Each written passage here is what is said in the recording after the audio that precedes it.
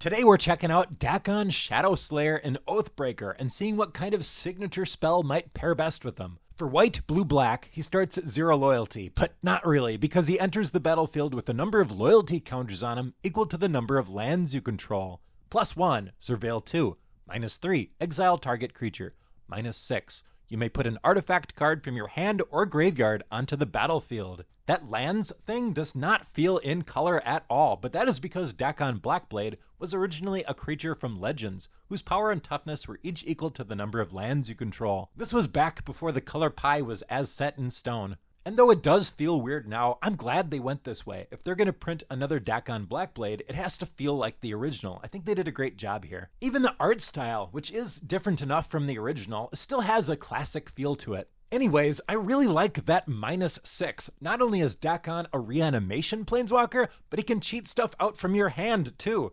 I looked at over 100 deck lists for this planeswalker to get ideas for this video, and oftentimes 1 or 2 cards stand out as the most popular options for a planeswalker. Not the case with Dakkon. There's a bunch of powerful and popular options. However, they do mostly fall into 2 buckets, and the first is tutors. Demonic Tutor was pretty popular. Search up any card, put it in your hand, but I was surprised to see that Enlightened Tutor easily beat it out as the most popular tutor. Searches up an artifact or enchantment card and puts it on top of your library. I suppose the benefit with putting a card on top of your library is that you can surveil it into your graveyard for later use at the -6, or you can just draw it if you need to. Vampiric Tutor works the same way. It tutors any card to the top of your library, and you lose 2 life. I was also surprised to see so much Steel Shaper's Gift, which tutors up an equipment card straight to your hand. I don't really get this one. I don't think this is a very good choice. This next section of cards is really just a variation on tutors. Cards that tutor things to your graveyard, and a few that do both. Entomb tutors any card to your graveyard.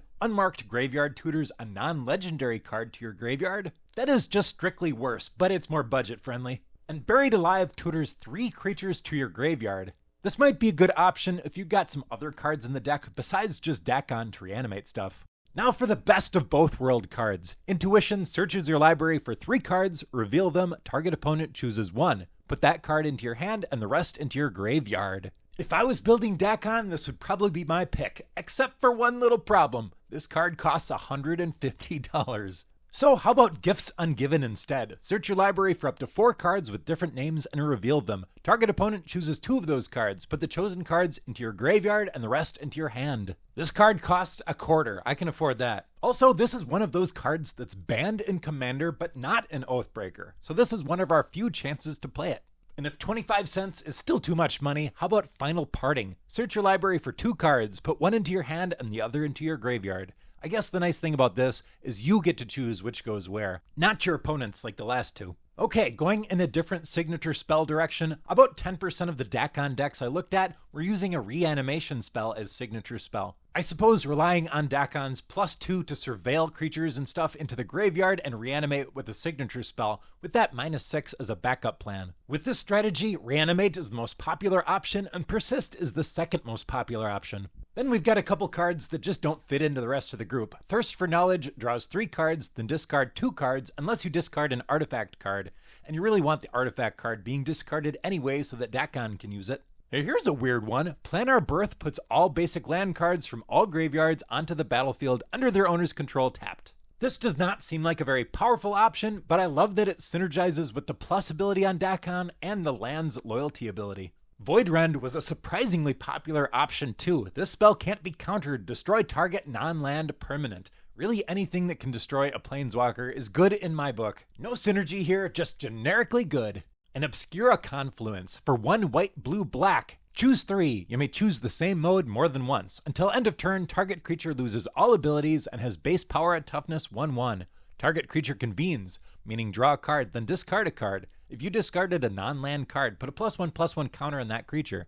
Or target player returns a creature card from their graveyard to their hand. I like that this can get things into the graveyard, or it can pull things out of the graveyard if you don't need it for that -6.